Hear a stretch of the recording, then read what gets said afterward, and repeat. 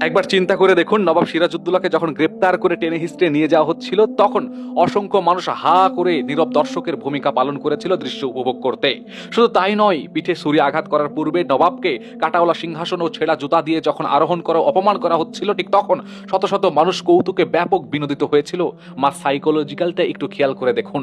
এই জাতি 200 বছরের গোলামি সাদরে গ্রহণ করেছিল ওভাবেই।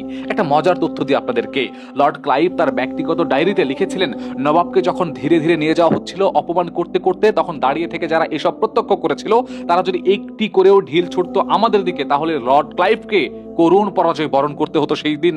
আরো চমকপ্রদ তথ্য হচ্ছে, প্রায় 10,000 অশ্বারোহী, 30,000 পদাতিক এবং অসংখ্য কামান, গোলা বারুদ সহ বিশাল সুসজ্জিত সৈন্যবাহিনী নিয়েই পলাশির ময়দানে এসেছিল নবাব সিরাজউদ্দৌলা।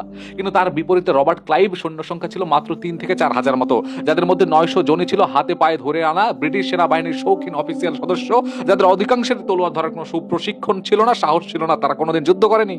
এত কিছু জানার পরও রবার্ট ক্লাইভ যুদ্ধে নেমেছিল এবং জিতবে জেনেই নেমেছিল, কারণ রবার্ট ক্লাইভ বুঝেছিল খুব ভালো করেই যে একটি হীনমন্য ব্যক্তি স্বার্থলোভী দ্বিধাগ্রস্ত জাতিকে পরাস্ত করতে খুব বেশি আয়োজনের প্রয়োজন নাই, শুধুমাত্র ঘুষ দিলেই হয়, শুধুমাত্র একটু সাবাস বললেই হয়। এরকমটাই ঘটনা ঘটেছিল। আর আপনি কি করে আশা করতে পারেন যে এই বাংলায়, এই উপমহাদেশে সুন্দর করে কোনো কিছু শাসন ব্যবস্থা চলবে? এই বাঙালিরা রাজা হবে, বাদশা হবে? কি করে চিন্তা করতে পারেন? আপনি কি জানেন এই বাঙালিরা আজীবন দাস হওয়ার জন্যই জন্মেছে বলে আমি মনে করি। আপনারা কি কখনো চিন্তা করেছেন, আজ থেকে ইলিয়াস শাহের কথা বলেন, আপনারা কি কখনো চিন্তা করেন আজ থেকে 1000 বছর আগে বাঙালিরা কেমন ছিল? ওই আজকে এরকম হয়েছে বাঙালিরা নিজেদের দোষেই, নিজেদের কারণে, নিজেদের কর্মের কারণেই। আপনি কি এটা মানেন?